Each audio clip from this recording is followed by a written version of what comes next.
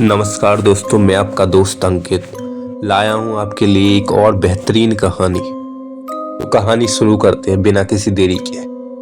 मेरा नाम है राजू साहू। मैं उड़ीसा का रहने वाला हूँ। आज मैं आप लोगों के लिए मेरे गांव की एक सच्ची भूतिया कहानी लेके आया हूँ, जिसे पढ़कर आप लोगों को काफ़ी हैरानी होगी। बात 2017 की है।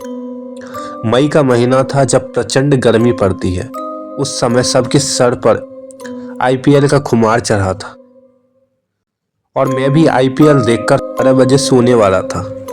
लेकिन गर्मी के कारण मैं अकेला छत पर खटिया लेकर सोने चला गया।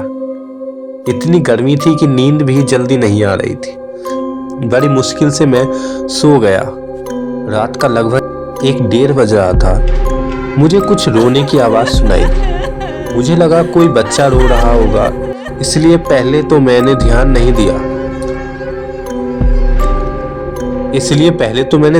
दिया। लेकिन जब मैं पूरी तरह से जाग गया, मुझे आवाज़ थोड़ी जोर से सुनाई देने लग गई। और तभी मैंने गौर से सुना कि आवाज़ किसी बच्चे की नहीं लग रही थी, वो आवाज़ किसी महिला की लग रही थी। फिर मैंने उठकर देखा और सोचा, अंधेरा होने के कारण मुझे तो मेरा मोबाइल मिल नहीं रहा था।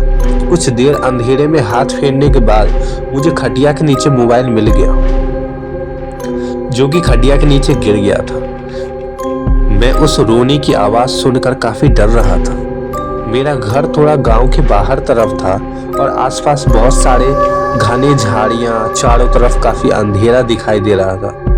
तभी मैंने मोबाइल का फ्लैश लाइट जलाकर उन झाड़ियों की तरफ जब मैंने देखने की कोशिश की, तो मुझे ज़्यादा तो नहीं दिखाई दिया, लेकिन जितना कुछ भी दिखा वह काफ़ी डरावनी थी।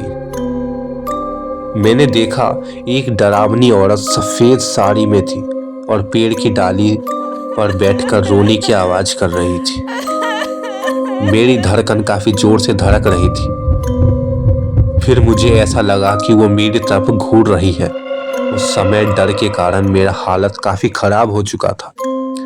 फिर मैं तेज़ी से नीचे अपने रूम की तरफ भागा और अपने रूम में जाकर दरवाज़ा और सारी खिड़कियां बंद कर दिया। फिर भी मुझे ज़्यादा डर लग रहा था। दूसरे रूम में जाकर मम्मी पापा को बुलाने का भी साहस मुझ में नहीं था।